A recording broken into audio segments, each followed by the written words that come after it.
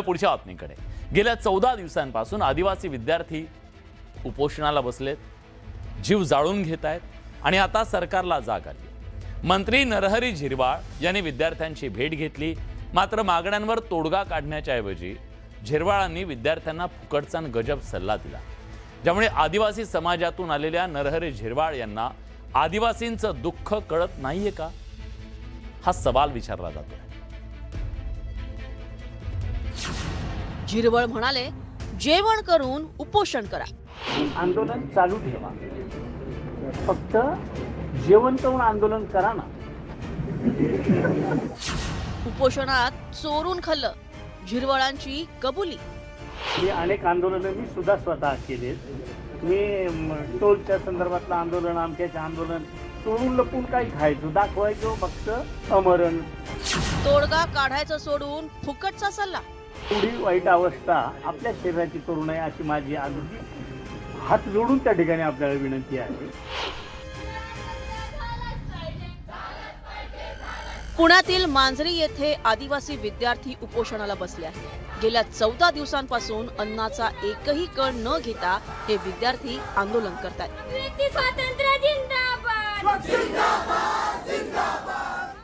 त्यानंतर तब्बल 15 दिवसांनी सरकारला जाग आली। आदिवासी विकास मंत्री अशोक उईके आणि आदिवासी समाजाचे नेते आणि मंत्री असलेले नरहरी झिरवाळ यांनी आंदोलकांची भेट घेतली। त्यावेळी नरहरी झिरवाळ यांनी उपोषण करणाऱ्या विद्यार्थ्यांना अजब सल्ला दिला। पहिली माझी कळकळीची विनंती आहे की आंदोलन चालू ठेवा, फक्त जेवण करून आंदोलन करा ना।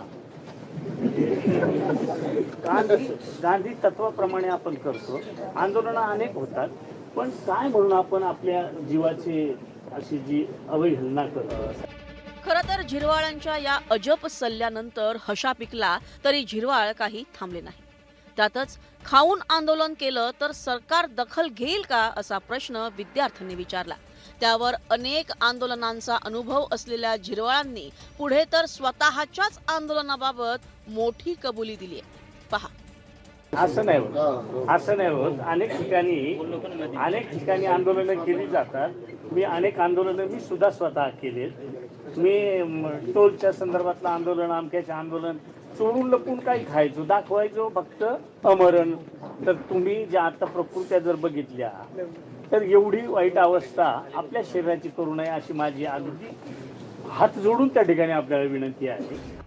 नरहरी झिरवाळ यांनी केलेल्या या असंवेदनशील वक्तव्यानंतर आता त्यांच्यावर टीकेची झोड उठली आहे। झिरवाळ खाऊन पिऊन आंदोलन करा म्हणत असतील तर त्यांना आंदोलनाचं महत्त्व, लोकशाहीचं महत्त्व झिरवाळला खूप कळते याचा अर्थ होतो।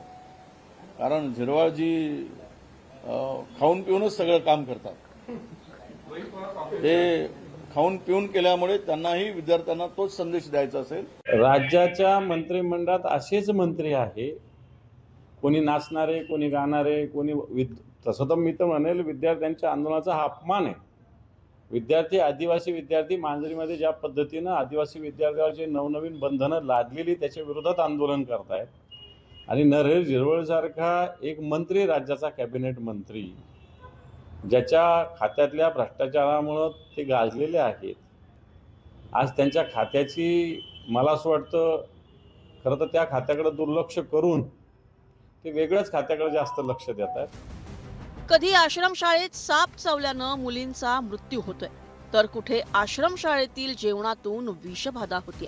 त्यामुळे आश्रमशाळा आदिवासी बांधवांसाठी मृत्यूचे सापळे बनल्याचं चित्र आहे। म्हणूनच विद्यार्थ्यांनी उपोषणाचं हत्यार उपसलंय। पाहुयात आदिवासी विद्यार्थ्यांच्या मागण्या तरी काय आहेत। सर्पदंशानं मृत्यू झालेल्या विद्यार्थिनींच्या वारसांना 1 कोटीची मदत द्या। आश्रमशाळेतील आदिवासी विद्यार्थ्यांचा 10 कोटींचा विमा काढा। महागाईनुसार आदिवासी विद्यार्थ्यांच्या भत्त्यात वाढ करण्यात यावी।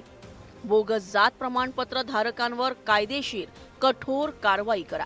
आदिवासी विभागातील 12,500 रिक्त पदं त्वरित भरली जावी। आश्रमशाळात स्वच्छ पाणी, अन्न मिळावं, स्वच्छता राखली जावी। उपोषणाला बसलेल्या विद्यार्थ्यांना फुकटचा सल्ला देऊन नरहरी झिरवाळ बाहेर आले. त्यानंतर त्यांना पत्रकारांनी जाब विचारला तेव्हा त्यांनी हात जोडले आणि काढता पाय घेतला. पण आदिवासी विनाश मंत्री असे विद्यार्थी म्हणतात. आदिवासी विद्यार्थ्यांच्या या मागण्या काही अवास्तव नाही, तो त्यांचा हक्क सुद्धा आहे. पण या मागण्यांबाबत बोलायचं किंवा ठोस काही करायचं आश्वासन देण्याऐवजी नरहरी झिरवाळ मात्र विद्यार्थ्यांना अजब सल्ले देत सुटले. स्वतः आदिवासी समाजातून येऊनही त्यांना विद्यार्थ्यांची दुःख कळत नसतील आणि फुकटचे अजब गजब सल्ले देत असतील तर बिचाऱ्या आदिवासी विद्यार्थ्यांनी कोणाच्या तोंडाकडे बघायचं, हा महाराष्ट्राचा सवाल आहे. नागपूरहून उदय तिमांडेसह सुमित सोनावणे, न्यूज 18 मराठी, पुणे.